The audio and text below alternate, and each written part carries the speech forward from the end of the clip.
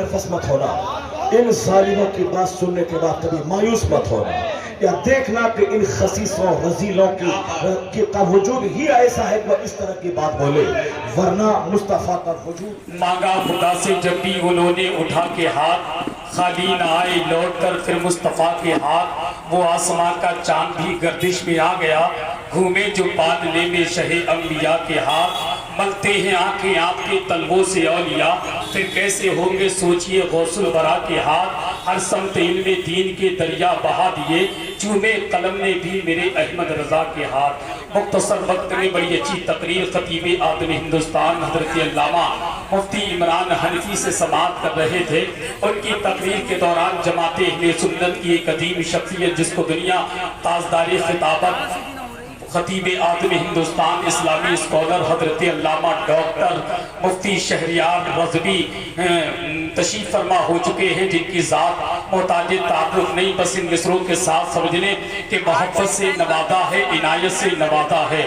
ترا تاج الشریعہ کے نام پر کہہ دیں سبحان اللہ، کہ محبت سے نوازا ہے، عنایت سے نوازا ہے، امام اہل سنت کی امانت سے نوازا ہے، اسی سے ان کی شخصیت کا اندازہ لگا لیجئے، انہیں تاج الشریعہ نے خلافت سے نوازا ہے، اسی سے ان کی شخصیت کا اندازہ لگا لیجئے، انہیں تاج الشریعہ نے خلافت سے نوازا ہے۔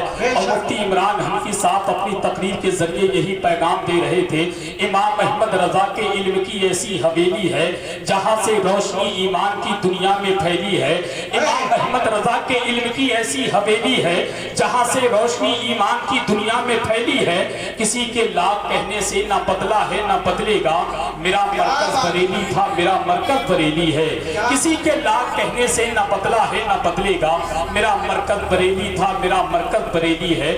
حضرات کچھ ہی لمحات کے بعد نبیر اعلیٰ حضرت شہزادہ اعلیٰ حضرت رضوی دولہ حضرت علامہ الشاہ حضور احسن میاں صاحب قبلہ صاحب سجادہ درگاہ اعلیٰ حضرت مرکز اہل سنت بریلی شریف کی آمد ہونے والی ہے۔ اب آئیے حکم کی تعمیل کرتا ہوں بغیر کسی تاخیر کے، شہنشاہ خطابت آبرو اہل سنت ترجمان مسلکی اعلیٰ حضرت خلیفہ سرکار تاج الشریعہ اسلامی اسکالر حضرت العلام حضرت علامہ ڈاکٹر مفتی شہریار رضوی پورنیہ بہار کی آمد ہو رہی ہے۔ پورا مجمع حضرت کا استقبال ویلکم نعرے تکبیر کی جھنکار سے کر لے، بس اس شعر کے ساتھ دھرتی ہی نہیں سارا گگن بول رہا ہے، سرکار کی آمد پہ چمن بول رہا ہے، دھرتی ہی نہیں سارا گگن بول رہا ہے، سرکار کی آمد پہ چمن بول رہا ہے، 100 سال بھی ہو جائیں تو مردہ نہ سمجھنا، اللہ کے ولیوں کا کفن بول رہا ہے، 100 سال بھی ہو جائیں تو مردہ نہ سمجھنا، اللہ کے ولیوں کا کفن بول رہا ہے، تاریخ میں ایسا تو جنازہ نہیں دیکھا، یہ تاج الشریعہ کا وطن بول رہا ہے۔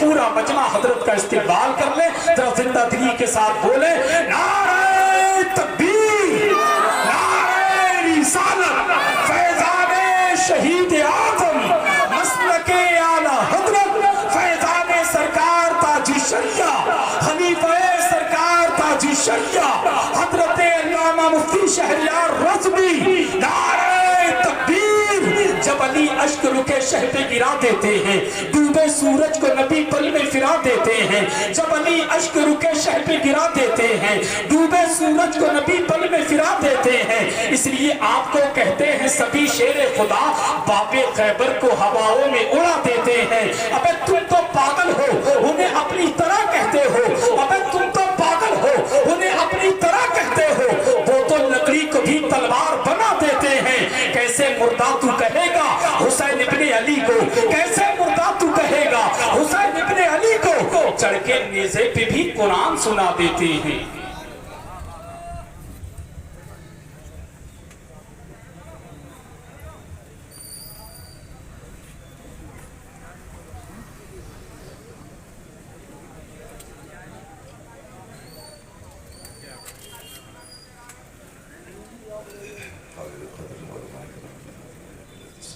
السلام علیکم ورحمۃ اللہ وبرکاتہ۔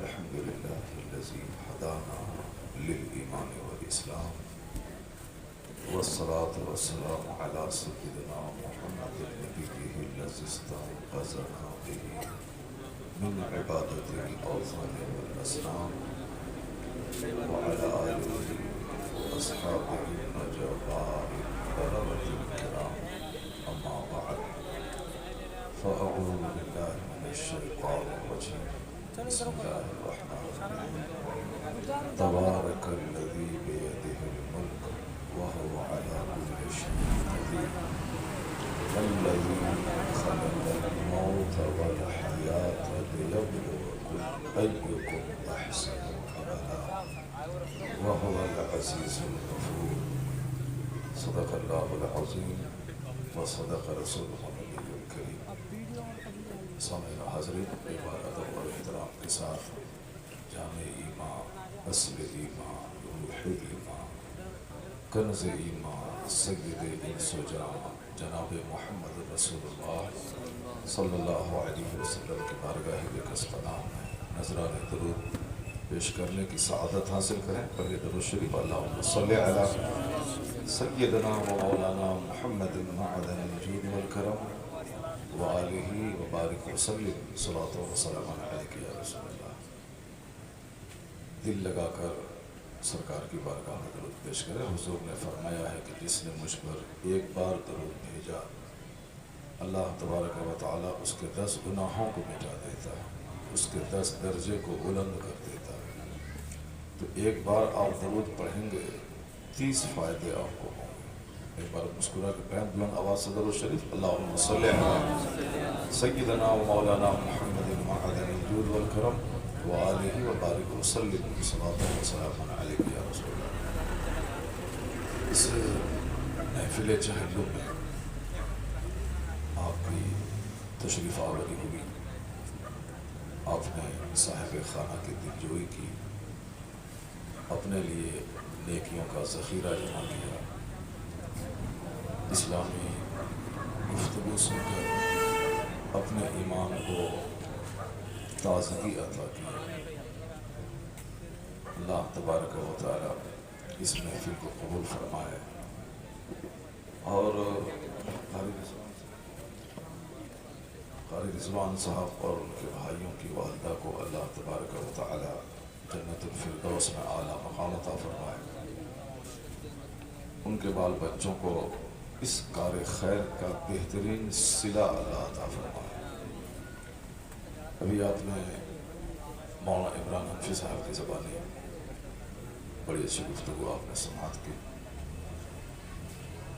تھوڑی دیر مجھے بھی آپ صبر کے ساتھ برداشت کرنے یہ آپ کی نوازش ہوگی۔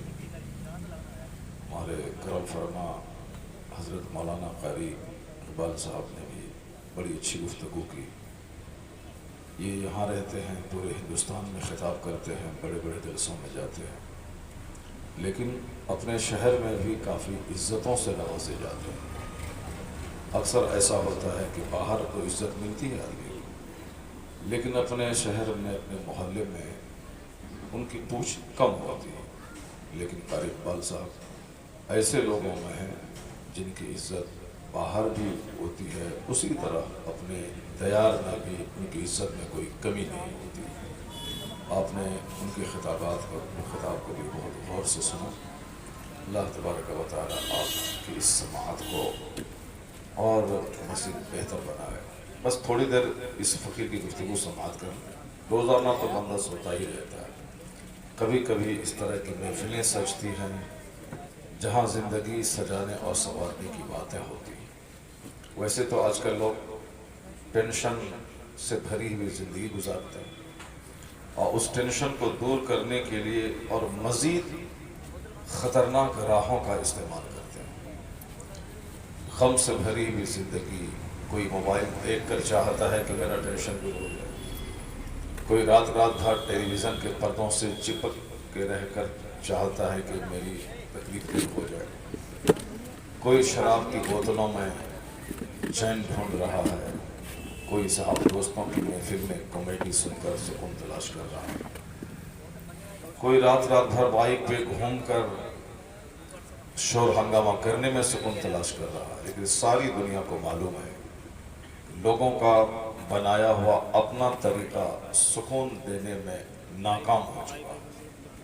اس لیے لوگ خودکشی کی راہ پہ چل پڑے ہیں کہ میں رات بھر میں شراب پیا مگر چین نہیں ملا، میں رات بھر جاگ کر میں نے فلمیں دیکھی مگر قرار نہیں ملا۔ تو اب ایک ہی راستہ رہا ہے خودکشی کرنا، یعنی مر جانا۔ بڑی تیزی کے ساتھ پوری دنیا میں سوسائڈ کے واردات بڑھ رہے ہیں۔ اسلام کہتا ہے کہ کیوں خودکشی کر رہا ہے؟ کیوں تم نے چین حاصل کرنے کے لیے غلط راستوں کا سلیکشن تم نے کیا؟ سکون اور چین کا سب سے بہترین راستہ ہے کہ جس رب نے تجھ کو پیدا کیا ہے اس رب کا ذکر کر کے دیکھ لے کہ اللہ کہاں سے سکون ہے۔ دل کی خوراک ہے اللہ کا ذکر، دل کی غذا ہے اللہ رب العزت کی یاد۔ جس نے بھی اس راہ کو سکون کے لیے چنا وہ کبھی خسارے میں نہیں۔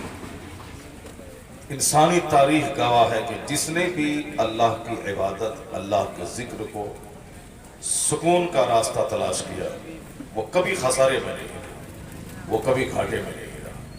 اللہ جنت تو انہیں مرنے کے بعد دے گا، اس دنیا میں عزتوں سے نوازتا ہے، اس دنیا میں غریبی میں بادشاہت سے نوازتا ہے، اس دنیا میں ان کا چہرہ رنگ کے اعتبار سے کالا کیوں نہ رہے مگر اللہ تبارک و تعالیٰ گلاب کی طرح اس کے چہرے کو کھلا دیتا ہے۔ یہ وہ راستہ ہے اللہ کا ذکر کا راستہ۔ اس لیے جب بھی اس طرح کی محفلیں کہیں ملے اس کو اپنے لیے غنیمت سمجھ کر اس محفل سے وابستہ کر دینا چاہیے۔ ممکن ہے کہ کوئی گھڑی خصوصی رحمت کے نزول کی ہو، اس رحمت کی گھڑی کو بندہ پا لے تو محنت تو ایک لمحے کی ہوگی لیکن جو اس کا بدلہ ہوگا اس کا اثر سینکڑوں سال تک محسوس کیا جائے گا۔ ممکن ہے کہ کبھی بندہ جرم وقتی طور پر کرتا ہے، نعرے تکبیر، نعرے رسالت، فیضانی غوث آدم، مسلکی اعلیٰ حضرت، نبی اعلیٰ حضرت، شہزادہ اعلیٰ حضرت، حضور احسن میاں صاحب قبلہ، حضور صاحب سجادہ، آمد حضور احسن میاں صاحب قبلہ۔ نعرے تکبیر۔ آپ لوگ بیٹھ جائیے، حضرت بات میں آئیں گے انشاءاللہ، بیٹھ جائیں۔ بیٹھ جائیں، حضرت ابھی قیام کافی جائیں گے اور پھر وہاں سے مشکل پر آئیں گے۔ بھرپور دل کھول کر آپ حضرت کا دیدار کریں گے، حضرت کی دعاؤں سے آپ مالا مال ہوں گے۔ پہلے اس فقیر کی گفتگو آپ سماعت کریں، سارے لوگ خاموشی اختیار کر کے رکھیں اور غور سے سنیں، ایک بار زور سے بولیں سبحان اللہ۔ دروشی پڑھیں اللہم صلی علی سیدنا و مولانا محمد معدن الجود والکرم وآلہ وبارک وسلم صلاۃ و سلام علیہ وسلم۔ میں عرض کر رہا تھا کہ دل کو سکون ملتا ہے اللہ کے ذکر سے، اور اس طرح کی محفلیں بہت کم دنیا میں منعقد ہوتی ہیں۔ کھیل تماشے کی محفلیں ہمیشہ ہوتی ہیں، آج بھی لوگوں نے تماشا دیکھا ہے، چاہے کھیل ہندوستان پاکستان کے درمیان ہو یا امریکہ اور صاحب ملیشیا کے درمیان ہو، کھیل ہے، وہ ایک تماشا ہے۔ ایسا نہیں کہ میرا بھارت ہار جائے تو میں غمگین ہو جاؤں، پاکستان جیت جائے تو میں خوش ہو جاؤں، امریکہ ہار جائے تو میں ناراض ہو جاؤں، برٹن جیت جائے تو میں خوش ہو جاؤں۔ کھیل ہے، تماشا ہے، وہ تماشا چاہے میرا بھائی جیتے وہ تماشا، چاہے کوئی دوسرا جیتے تماشا ہے۔ اس تماشے سے ہم کو کوئی لینا دینا نہیں۔ ہمارا سب سے بڑا مشن ہے کہ اچھا کام اگر میرا بھائی کوئی کرتا ہے تو دل کو خوشی حاصل ہو، اور ناچنے گانے والا کام میرا کوئی بھائی کہے تو ایک مسلمان کا دل اس سے خوش نہیں ہوتا۔ پوری دنیا میں جہاں بھی مسلمان مسجدوں کو آباد کرے، جہاں بھی تلاوت کرے، جہاں بھی اسلام کا کچھ کام کرے تو ہمارے دلوں کو ٹھنڈک پہنچتی ہے۔ لیکن کوئی تماشے میں نام اونچا کر لے، کوئی کھیل میں نام اونچا کر لے، اس سے ہمارا کوئی لینا دینا نہیں ہوتا ہے۔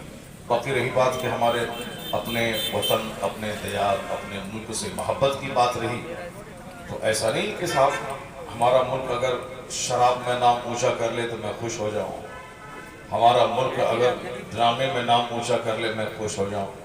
میرا ملک ہے، جب بھی کوئی اچھا کام کرے تو اس کام میں سب کے جذبات شریک ہوتے ہیں، سبوں کو دلی خوشی حاصل ہوتی ہے۔ کھیل تماشے سے، پاپ کے کاموں سے ہمارا کوئی لینا دینا نہیں ہے۔ پوری دنیا کے مسلمان ایک مکان میں لگی ہوئی اینٹ کے سامان ہیں۔ اینٹ ایک بھی کہیں سے کمزور ہوئی تو سارا مکان کمزور ہو جاتا ہے، اور اگر اینٹ ساری کی ساری مضبوط ہوئی تو مکان مضبوط ہوتا ہے۔ تو دنیا کے جتنے بھی صاحب ایمان ہیں سب ایک مکان میں لگی ہوئی اینٹ کے برابر ہیں۔ ایسا نہیں کہ میں ہی شراب پیتا ہوں تو دوسرے کا کیا ہوگا، میرا اپنا نقصان ہوگا، نہیں۔ ایک مکان میں لگی ہوئی ایک اینٹ بھی اگر کھسکی تو مکان کمزور ہوتا ہے۔ اسی طرح پوری دنیا کے مسلمانوں کا ایک بھی فرد اگر راہ راست سے ہٹتا ہے، اگر بدعمالیوں کا شکار ہوتا ہے تو اس سے اسلامی عمارت کمزور ہوتی ہے۔ یہی وجہ ہے کہ درد ہوتا ہے، تکلیف کانٹا چبھتا ہے امریکہ میں، اور درد اس کا محسوس انڈیا میں ہوتا ہے، چونکہ پوری دنیا کے مسلمان ایک جسم کی طرح ہیں، اعضاء سارے جسم کے ایک دوسرے سے مربوط ہیں، اور کہیں بھی کانٹا چبھے، بخار ہو، درد ہو تو سارا جسم اس سے بے چینی کا مظاہرہ کرتا ہے۔ اللہ تبارک و تعالی ہم سبوں کو کھیل تماشوں سے بچائے اور اپنے مقصد حیات پر نظر رکھنے کی توفیق عطا فرمائے۔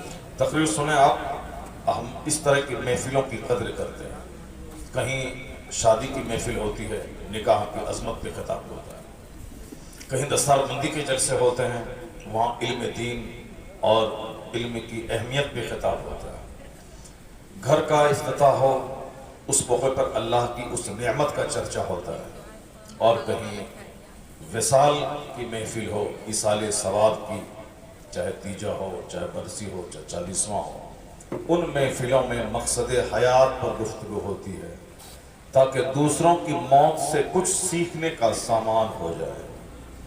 دوسروں کی حیات بھی ہمارے لیے ایک عبرت کا ذریعہ ہے، اور دوسروں کی موت بھی ہمارے لیے عبرت کا سامان ہے۔ یہ اور بات ہے کہ قیامت جب قریب آئے گی تو لوگوں کو سوچنے سمجھنے کی جو صلاحیت ہے لوگوں کی، وہ ختم ہو جائے گی۔ اخیر زمانے میں لوگ ہوائی کی طرح جینے لگیں گے، لوگ صرف دیکھنے سے تعلق رکھیں گے، فکری طور پر کمزور ہو جائیں گے۔ حضور نے فرمایا تھا کہ تنزع عقول اکثر ذالک الزمان سیاتی علی الناس زمان، ایک وقت ایسا آئے گا کہ لوگوں کی عقلیں چھین لی جائیں۔ عقل رہتی ہے تب لوگ غور و فکر کرتے ہیں، عقل رہتی ہے تب لوگ دوسروں کی زندگی سے سبق حاصل کرتے ہیں، عقل رہتی ہے تب دوسروں کو دیکھ کر آدمی اپنے لیے نور اور روشنی حاصل کرتے ہیں، اور عقل ہی جب ختم ہو جائے تو پھر آدمی وہ سوچنے کی صلاحیت ختم کر ڈالتا ہے، اور صرف وہ نقل کرنا چاہتا ہے اور دیکھنا چاہتا ہے۔ اخیر زمانے میں عقلیں چھین لی جائیں، لوگ صرف لباس کے غلام بن جائیں، لوگ صرف مکان کے غلام بن جائیں، لوگ صرف گاڑیوں کے غلام بن جائیں، لوگ صرف پیسہ کوڑی کے غلام بن جائیں۔ وہ نہیں سمجھیں گے کہ اس پیسے سے دوسرے کو کیا ملا، اس کو کچھ نہیں مطلب صرف پیسہ چاہیے۔ ہمارے پاس 1 کروڑ ہے، کسی کے پاس 1000 کروڑ روپے۔ عقل کا تقاضا ہے کہ اس 1000 کروڑ والے کی زندگی کو دیکھا جائے، جنہوں نے بے شمار غلط طریقوں سے پیسے جمع کیا، ان کو آخر ملا ملا۔ کیا اس پیسوں سے ان کو سکون ملا، قرار ملا، ایک کامیاب زندگی ملی؟ سوچنے کی بات یہ ہے، کروڑوں روپے کمانے کے بعد بھی ایک مایوس کن زندگی، ایک ایسی زندگی جس میں خوشی کا نام ہے، ایک ایسی زندگی جو سراسر حسرت اور مایوسی اور ندامت سے بھری ہوئی زندگی، یعنی کامیاب زندگی اور ناکام انجام۔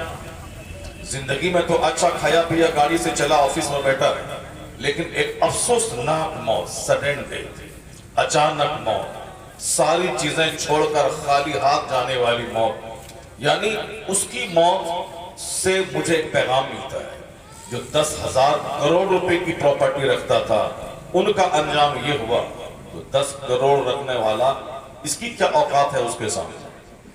یہ کیوں سوچتا ہے کہ میں ایک بہت بڑی کامیاب زندگی میں بسر کروں گا؟ جب دنیا میں عقل گھٹتی ہے تو دولت کی چاہت بڑھتی ہے، جب عقل بڑھتی ہے تو شہوت، عقل گھٹتی ہے تو شہوت بڑھتی ہے.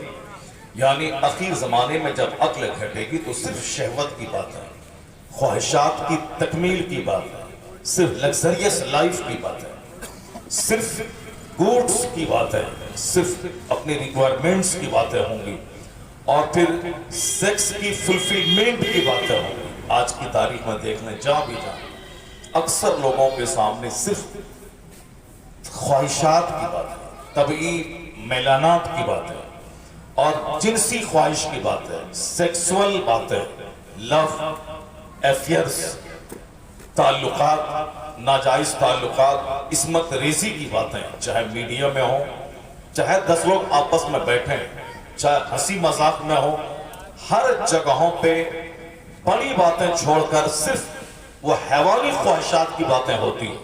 راستہ چلتے پولیس والے بیٹھے ہوں، ان کی گفتگو کو 5 منٹ غور سے سنیں، وہاں بھی صرف خواہشات کی بات ہے. یا تو زمین خریداری کی، یا گاڑی خریدنے کی، یا بیٹی کی شادی میں خوب اعلیٰ ڈھنگ سے فضول خرچی کرنے کی، یا پھر جنسی خواہشات کی، یعنی سیکسول ڈیزائرز کی بات ہے. اس کے علاوہ دنیا میں اور کچھ نہیں ہوتا ہے. ہر جگہوں پہ عقل جب پختہ ہوتی ہے تو آدمی زمین پہ غور کرتا ہے، آدمی آسمان پہ غور کرتا ہے، آدمی اپنی لائف پہ غور کرتا ہے، آدمی دوسروں کے ڈیتھ پہ غور کرتا ہے، آدمی اس دنیا میں آنے والے بھوچال، آندھی طوفان پہ غور کرتا ہے، بن بتائے زلزلے کی حقیقت اور سچائی پہ غور کرتا ہے. اچانک موت کس چوراہے، کس گلی، کس گھر میں آ جائے، اس موت کے بارے میں سوچتا ہے تو آدمی کی عقل زندہ رہتی ہے. اور اسی کو حضور نے کہا تھا کہ جو دن میں 20 بار موت کو یاد کرے گا وہ شخص اندر سے اتنا اعلیٰ ہو جائے گا کہ چاہے اپنے بستر پہ اپنے گھر ہی میں کیوں نہ مر جائے، اللہ اسے شہادت کا مرتبہ عطا فرمائے گا. جو روزانہ 20 بار موت کو یاد کرتا ہو. لذات الموت، حضور نے کہا تھا کہ لذتوں کو ڈھانے والی چیز، یعنی جو تمہاری لذتوں کو ڈھا دے، اس کو کثرت سے یاد کرو، یعنی موت کو. حضور نے کہا کہ موت کو کثرت سے یاد کرو، زیادہ یاد کرو. میکسیمم تیری گفتگو کا جو ٹاپک ہو وہ موت ہو. لیکن ہم نے اپنے حساب سے موت کو بوجھ سمجھا اور ہم نے صرف زندگی کی باتیں کرنی شروع کر دی. زندگی کی باتوں کا مطلب نئی نئی عمارتیں، نئی نئی زمین کی خریداری، نئے نئے مال، نئے نئے سامان کو گھر میں جمع کرنا. ہم نے اس کو اس طرح اپنی ساری جد و جہد کو اس کے پیچھے لگا دیا جیسے کہ زندگی کا سب سے بڑا مقصد مال حاصل کرنا. ریزلٹ کیا ملا؟ اس کے بدلے میں خطرناک بیماریاں، اس کے بدلے میں زندگی کی تلخیاں، اس کے بدلے میں آپس کی دوریاں، اس کے بدلے میں نیند کی کمی، اس کے بدلے میں 1 درجن بیماریاں. چونکہ ہم نے سکون کا یہ راستہ زیادہ سے زیادہ مال چاہیے، ہم نے اپنے سے چنا ہے. ہم نے فلم کے ایکٹر کو دیکھ کر چنا ہے، ہم نے پولیٹیکل لیڈر کی باتوں کو سن کے چنا ہے، ہم نے دنیا کی کتابوں کو پڑھنے کے بعد ہم نے چنا ہے. ہم نے اپنے سراؤنڈنگز آس پاس کے لوگوں کو دولت کے مقابلے میں جیتے ہوئے دیکھ کر، میں نے ان کو دیکھ کر کے اس راستے کو چنا ہے. نتیجے میں زندگی تو اللہ کی دی، اللہ ہی ہمیں پیدا کیا ہے، اللہ ہی زمین کی تخلیق کی ہے، آسمان بنایا ہے، اللہ ہی مجھے زندگی دیتا ہے، موت دیتا ہے. اس رب سے ہٹ کر میں نے دوسروں کو دیکھا. اللہ نے ماڈل تو اپنے محبوب کو بنایا تھا، میرے محبوب کو دیکھو، زندگی گزارو. اللہ نے اپنے محبوب کو، جس کے نور کو ساری دنیا کی تخلیق سے کئی لاکھ سال پہلے اسے عرش معلی پہ قندیل کی شکل میں لٹکا کے رکھا، اس نور محمدی کو بشری شکل میں سارے پیغمبروں کے اخیر میں دنیا میں بھیجا تاکہ لوگوں کے لیے ایک ماڈل رہے مصطفیٰ، لوگوں کے لیے ایک آئیڈیل بن جائے مصطفیٰ.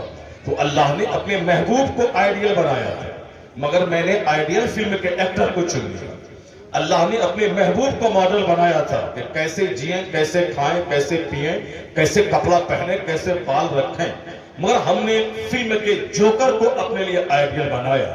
وہ اگر ننگا رہے تو میں بھی ننگا رہتا ہوں، وہ اگر نیا کپڑا پھٹا ہوا پہنے تو میں بھی ویسا پہنتا ہوں، وہ اگر جوکر کی طرح بال چاروں طرف سے منڈ کے رکھے تو میں بھی ویسا رکھتا ہوں. ان کی بہو بیٹیاں اگر چڈی پہن کے سڑکوں پہ چلیں میں بھی اپنی بہن بیٹیوں کو چربی پہنواتا ہوں، چونکہ ہمارے لیے ماڈل و فلم کا ایکٹر اور فلم کی ایکٹریس بن گئی ہے۔ اللہ نے تو محبوب کو ماڈل بنایا تھا، زمین کا خالق اللہ، ساری دنیا کا مالک اللہ، اس انسان کو ایک قطرہ زلیل سے پیدا کرنے والا اللہ، یعنی اس انسان کی تخلیق کیسے ہوئی ہے۔ اللہ نے قرآن کریم میں کئی جگہوں پہ اس کا ذکر کیا ہے، میں نے تجھ کو پیدا کیسے کیا ہے، تاکہ میرا بندہ چاہے دنیا میں غریب رہے یا امیر، بادشاہ رہے یا فقیر، وہ اپنی بنیاد کو کبھی نہیں بھولے۔ میری اسٹارٹنگ کہانی کیسی ہے، میں پیدا ہوا کیسے ہوں۔ جب عقل رہے گی تب میں بندہ غور کرے گا کہ میں پیدا ہوا کیسے ہوں، میں اپنی پیدائش پہ غور کروں۔ قرآن کریم میں کئی جگہوں پہ اس میٹر کو جگہ دیا گیا ہے۔ کیوں جگہ دیا گیا؟ اللہ کہتا ہے وَلَقَدْ خَلَقْنَا الْإِنسَانَ مِنْ صُلَالَةٍ مِنْ طِينٍ، ہم نے انسان کو ایک بجتی ہوئی مٹی سے پیدا کیا ہے۔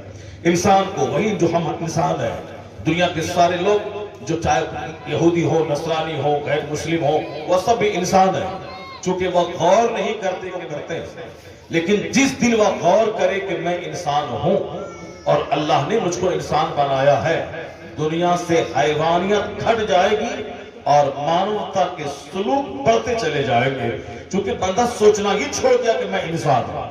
صرف اسی پوائنٹ پہ غور کر لیں کہ اگر اللہ چاہتا تو مجھے جانور بنا دیتا، اللہ چاہتا تو مجھے خنزیر پیدا کرتا، اللہ چاہتا تو مجھے کتا بنا دیتا، اللہ چاہتا مجھے چھپکلی اور سانپ بنا دیتا۔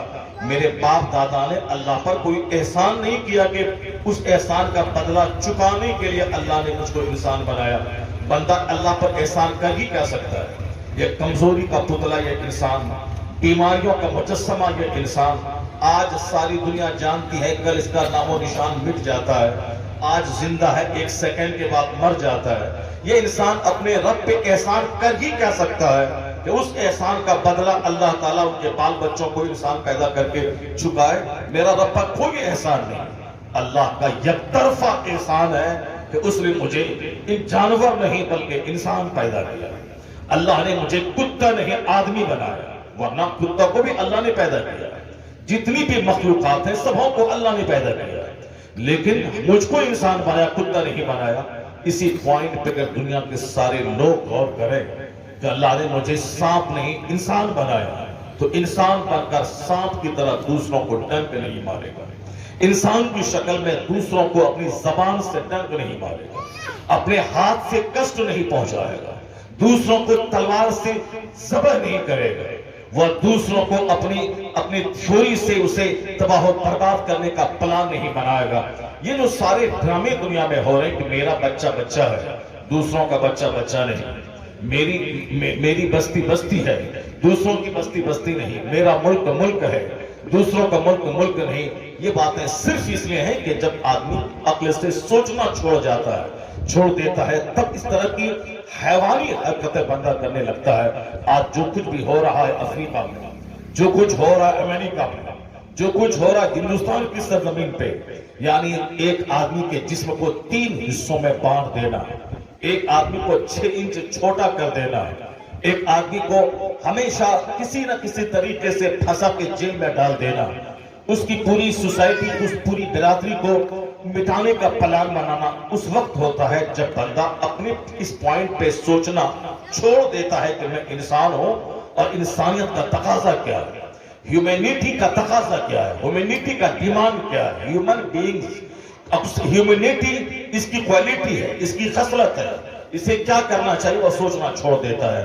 حضور نے کہا تھا کہ اخیر زمانے میں لوگوں کی عقلیں چھین لی جائیں گی، جب عقل چھین لی جائیں گی تو صرف آدمی برگر کھائے گا، صرف آدمی چاؤمین کھائے گا، صرف آدمی شراب پیے گا، صرف آدمی تاش کھیلے گا، صرف آدمی رات میں نائٹ کلب کا رک کر کے ڈانس کرے گا تاکہ ہم ریفریشڈ ہو جائیں، تر و تازہ ہو جائیں۔ وہ بھول جائے گا کہ ناچتے ناچتے بندہ مر گیا، شراب پیتے پیتے آپس میں قتل ہو گیا، تاش کھیلتے کھیلتے دولتیں بک گئی، زمین لوٹ گئی، یہاں تک کہ بیوی اور بیٹیوں کو داؤ پہ لگانا پڑا۔ یہ آدمی سوچنا چھوڑ دے گا، وہ صرف اس کو برگر اور چاؤمین، چاہے لیور ڈیمیج ہو، چاہے اس کا ہارٹ ڈیمیج ہو۔ آج سارے ڈاکٹروں کے پاس جانے کے بعد اکثر ڈاکٹر یہی کہتے ہیں کہ اگر ہارٹ کی بیماری سے بچنا ہے،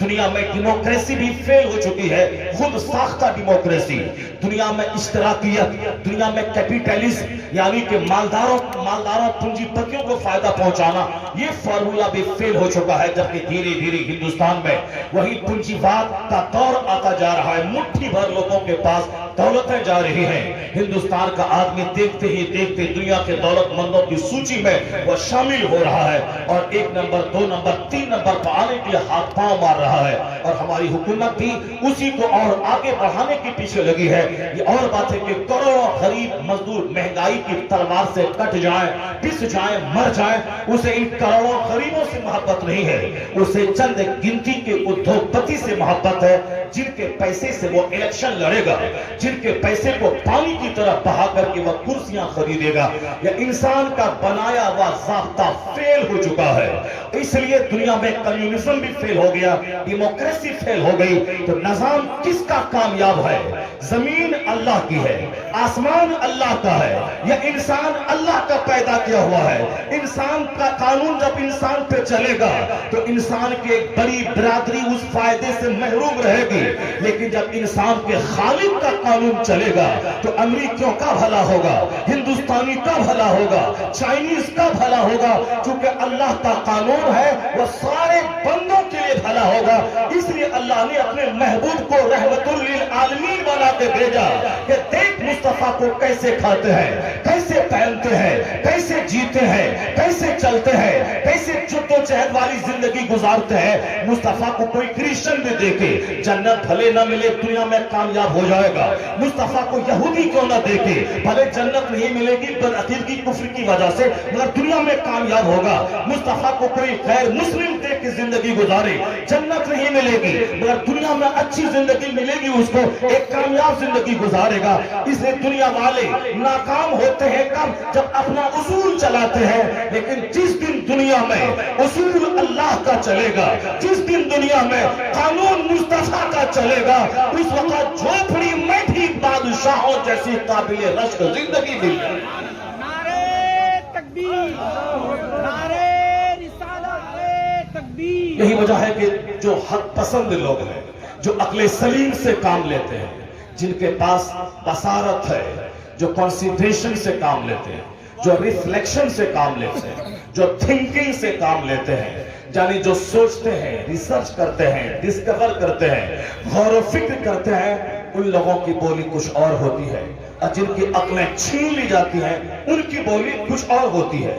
جیسے ہندوستان میں چند لکھیروں کی عقلیں چھین لی گئی، ان لچوں لفنگوں نے ان کی زندگی کے خلاف کیچڑ اچھالنا شروع کیا۔ کن کی زندگی؟ جن کی زندگی بے داغ تھی، جن کی زندگی میں کسی قسم کا کوئی داغ نہیں تھا، جو رات بھر صرف عبادت کرے، جس کے پائے اقدس سوج جائیں، جن کے چولہے میں 2 مہینے تک آگ نہیں سلگتی ہو، جو صرف پانی اور کھجور پہ گزر بسر کرتے ہوں، جن کا بچپن لاجواب، جن کی جوانی لاجواب، نبوت کے اعلان سے پہلے والی 40 سالہ زندگی صرف نیکیوں سے عبارت تھی، اعلان نبوت کے بعد والی زندگی وہ بھی صرف نیکیوں سے عبارت ہے۔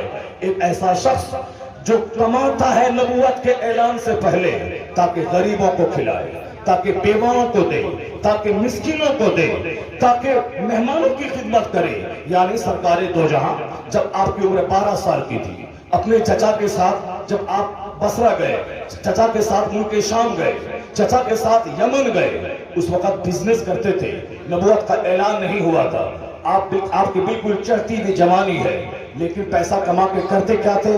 کرتے تھے غریبوں کی خدمت، بیواؤں کی خدمت، یتیموں کی خدمت، یعنی بے چاروں کی خدمت۔ جو سماج کا ناقابل آدمی ہوتا اسے قابل کار بناتے تھے، جو سماج کی بیوہ ہوتی تھی اس کے سامان کا انتظام فرماتے تھے، بازار سے سودا سلف لا کے دیتے تھے۔ وہی عرب جہاں کے لوگ زناکاری میں اتنے لت پت تھے، ایک پڑوسی کی بیوی کی عزت غیر محفوظ تھی، انسیف تھی، یہاں تک کہ اپنی سوتیلی ماؤں سے زنا کرتے تھے لوگ، اسے باپ کے چھوڑے ہوئے ترکے کی طرح اس کی بیویوں کو بھی استعمال کرتے تھے، یعنی شراب اور زنا۔ یہ دور جاہلیت کا سب سے بڑا کارنامہ ہے، اور اخیر زمانے میں وہی دور لوٹ کے آئے گا۔ شراب اور زنا پوری دنیا میں غالب ہو جائے گا، ہو جائے گی زناکاری، اور شراب پانی سے زیادہ سستی ہو جائے گی، لوگ استعمال کریں گے۔ جو 1000 سال پہلے جو دور تھا، اخیر زمانے میں وہی دور لوٹ کے آئے گا جہاں اس طرح سماج کے سارے لوگ جیتے ہوں۔ ایک نوجوان ایسے جی رہا ہے، نہ زبان بہکی ہے، نہ نگاہ بہکی ہے، نہ ہاتھ بہکا ہے، نہ پاؤں پھسلا ہے۔ اس بد چلن سماج کا بچہ بولتا ہے کہ اگر کیریکٹر کا کوئی مضبوط پہاڑ دیکھنا ہو تو محمد عربی کو دیکھ لیا جائے۔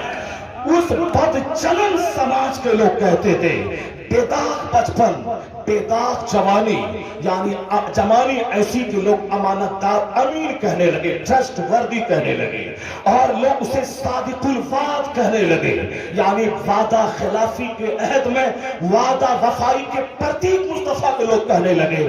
وہ نبی جنہوں نے چڑھتی جوانی میں 18 سال 25 سال کی جوانی میں صرف کما کے دوسروں کی خدمت کرنا، جہاں چاروں طرف دوشیزاؤں کے ننگے چلنے کا رواج ہو وہاں نگاہوں کی حفاظت کرنا۔ کسی آدمی پر الزام اس وقت لگایا جاتا ہے جب اس کا بچپن خراب ہو، اس کی جوانی خراب ہو، تب لوگ کہتے ہیں ارے یہ تو ویسے ہی تھا، دیکھا سے عبارت تھی۔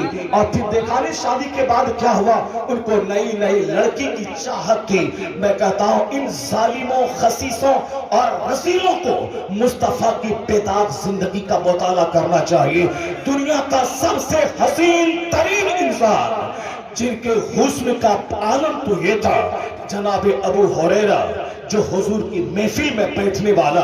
ہم تو 1400 سال کے بعد کتابوں میں نبی کا حسن پاتے ہیں، لیکن ابو ہریرہ جو حضور کو دیکھا، برسہ برس تک دیکھا، ان کا اسٹیٹمنٹ ہے کہ مصطفیٰ کا چہرہ ایسا تھا کأن الشمس تجری فی وجہہ، گویا سورج تھا جو نبی کے چہرے میں تیر رہا ہو، سورج نبی کے چہرے میں تیر رہا ہو۔ حضرت انس جو مصطفیٰ کی خدمت میں 10 سال تک رہے، اور 10 سال کے درمیان میں کبھی لفظ اف تک حضور نے انس کو نہیں کہا۔ یہ کوئی دنیا کا انسان کہہ ہی نہیں سکتا ہے۔ میرے پاس تو ایک نوکر رہتا ہے، میں صبح سے شام تک 50 بار رے اور پے اس کو کہتا ہوں، اس کے خاندان کو کھنگال دیتا ہوں۔ یہاں 10 سال تک یورپ کا ایک دانشور مصطفیٰ کی لائف اسٹوری کو بیان کرتے ہوئے کہتا ہے انس lived in the service of the holy prophet for 10 years but he did not tell even word of،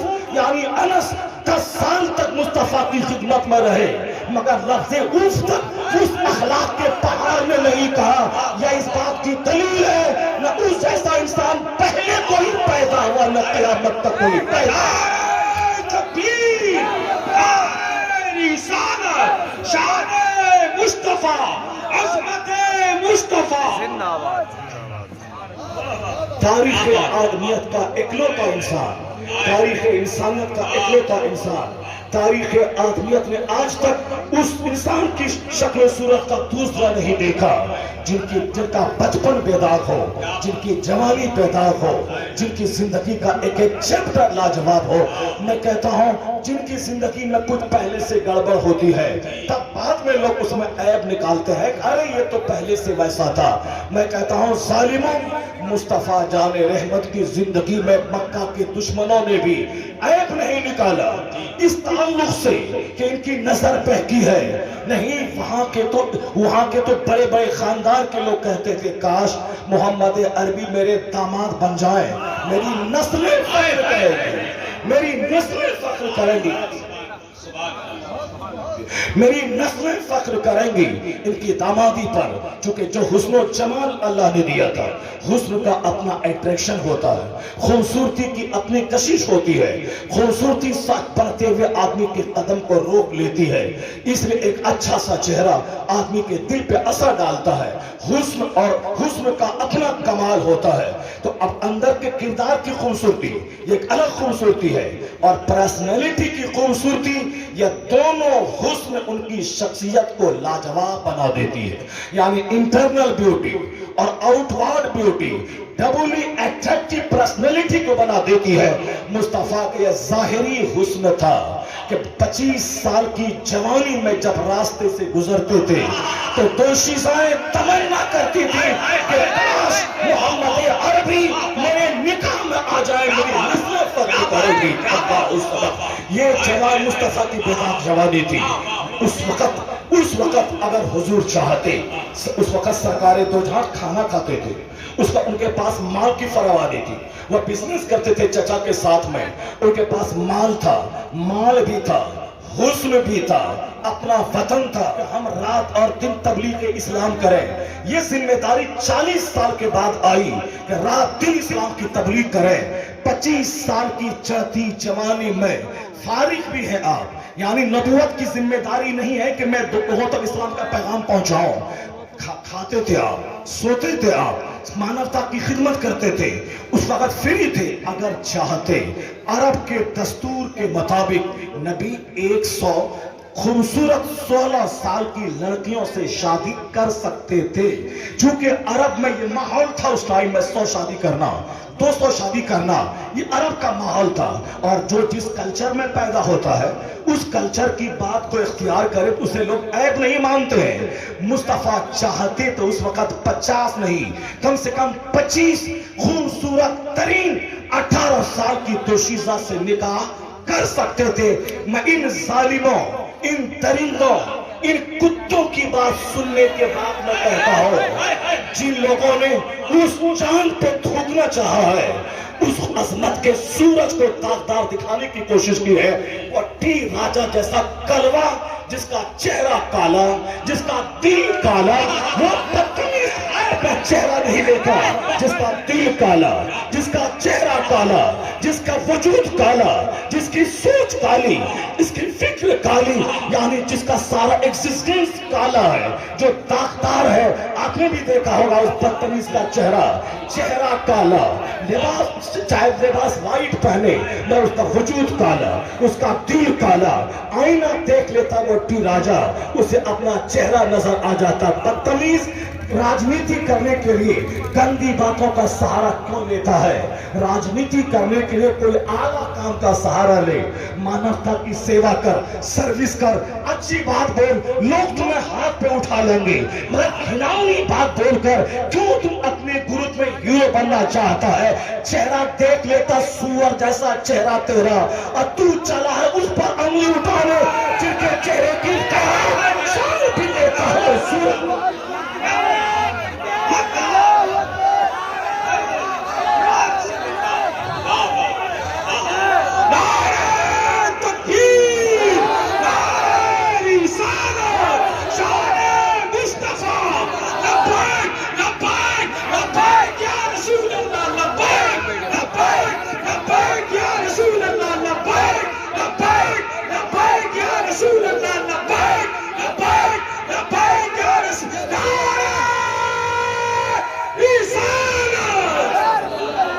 مسلمانوں کبھی نرفس مت ہونا, ان ظالموں کی بات سننے کے بعد کبھی مایوس مت ہونا, یا دیکھنا کہ ان خسیسوں رذیلوں کی کا وجود ہی ایسا ہے کہ وہ اس طرح کی بات بولے, ورنہ مصطفیٰ کا وجود ایسا تھا.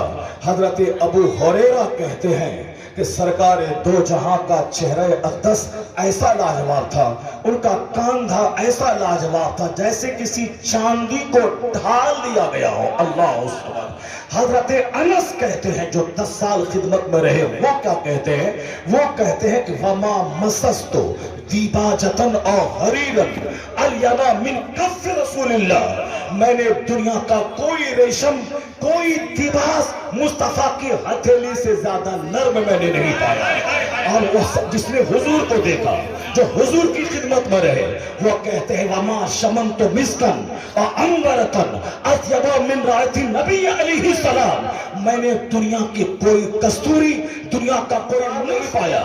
اس لیے سرکار جس راستے سے گزر جاتے راستہ بتاتا تھا کہ تیرا رہبر اس راستے سے گزر, یعنی مشک اور عنبر کی خوشبو سے ساری گلی معطر ہو جاتی تھی۔ یہ ایسا نہیں کہ نبوت کے اعلان کے بعد جس دن پیدا ہوئے مصطفیٰ ایسا بدن سے نور نکلا کہ آپ کی ماں بولتی ہے کہ اس نور میں نے ملک شام کے محل کو دیکھ لیا۔ ایسا نہیں کہ 40 سال کے بعد جس دن پیدا ہوئے، جناب حلیمہ کہتی ہے جب میں اس نیک بخت بچے کو لے کر اپنے خاندان میں گئی، کبھی مجھ کو رات میں چراغ جلانے کی نوبت نہیں آئی، رات بھر میرا گھر روشن رہتا تھا۔ جن کا بچپن نور علی نور ہو، جن کی جوانی ایسی بیدار نگاہیں جھکی ہوئی، الامین صادق الوعد، سماج کے سارے لوگ دیکھے تو دیکھ کے دنگ رہ جائیں۔ وہ چاہتے تو 50 نہیں بلکہ 18 سال کی 100 دوشیزاؤں سے نکاح کر سکتے تھے۔ جوانی تھی، بدن میں طاقت تھی، حسن بھی تھا، مال بھی تھا، مگر اس وقت مصطفیٰ نے 2 شوہروں سے بیوہ عورت جو ادھیڑ ہے، جو 40 سالہ خاتون ہے، اس چڑھتی جوانی میں 25 سالہ حسن ہے۔ جوانی میں تو اور حسن نکھر جاتا ہے، وہ تو بچپن میں جب ایسا چہرہ کے چاند جیسے بلائے چاند کی طرح چمک موجود ہو۔ جوان جب ہوتے ہیں، سماج کا جب کوئی کالا انسان 25 سال کا ہوتا ہے تو چہرہ اور ملاحت سے بھر جاتا ہے، چہرہ چکنا ہو جاتا ہے۔ جوانی میں ہڈی سٹرونگ ہو جاتی ہے، جوانی میں آدمی کا بدن مضبوط ہو جاتا ہے۔ جب مصطفیٰ بچپن میں سے لاجواب ہے تو 25 سال کی جوانی کا حسن کا عالم کیا ہوگا۔ وہ مصطفیٰ جان رحمت چاہتے تو 18 سال کی کئی لڑکی کا سلیکشن کر سکتے تھے۔ ساری دوشیزائیں تمنا کرتی تھی کاش میں ان کے نکاح میں آ جاؤں۔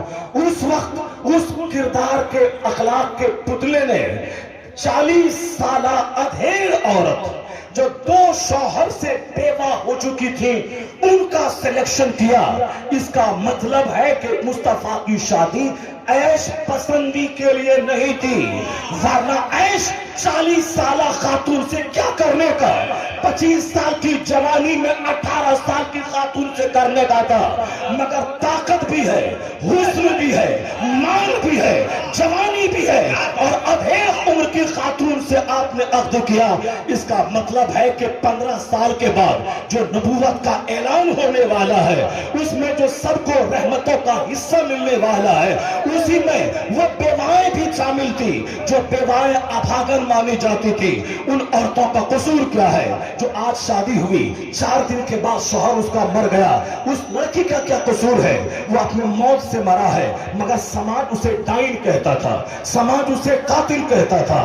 یہ ڈائن ہے جو شوہر کو کھا کے آ گئی ہے، جبکہ ہر آدمی اپنے حیات سے پیدا ہوتا ہے، ہر آدمی اپنی موت سے مرتا ہے، چاہے شوہر مرے یا شوہر بیوی مرے، وہ اپنی موت سے مرتے ہیں سارے لوگ۔ مگر سماج میں ایسے غلط قانون تھے کہ لوگ بیوہ عورتوں کو ڈائن کہتے تھے، یہ قاتل ہے۔ باپ اپنی بیٹی کا چہرہ دیکھنا نہیں چاہتا تھا، ان کے سروں پہ بکری کی میمنیاں ڈالتا تھا، یہ منحوس ہے، یہ قاتل شوہر کو قتل کر کے آئی ہے۔ سماج کتنا بڑا ظلم کرتا تھا، اس کی شادی کے بارے میں سوچنا ہی فضول تھا، مگر کتنا بڑا اتیاچار، کتنا بڑا ظلم، کتنی بڑی زیادتی تھی ان بیوہ عورتوں کے ساتھ، جس کو لوگ کہتے تھے کبھی سہاگن بننے کے قابل نہیں ہے، کہنے والے تھے اسی کو پریکٹیکل میں 25 سال کی عمر میں اس بیوہ خاتون سے عقد کر کے بتا دیا کہ بیوائیں ابھاگن نہیں سہاگن بننے کے قابل ہے۔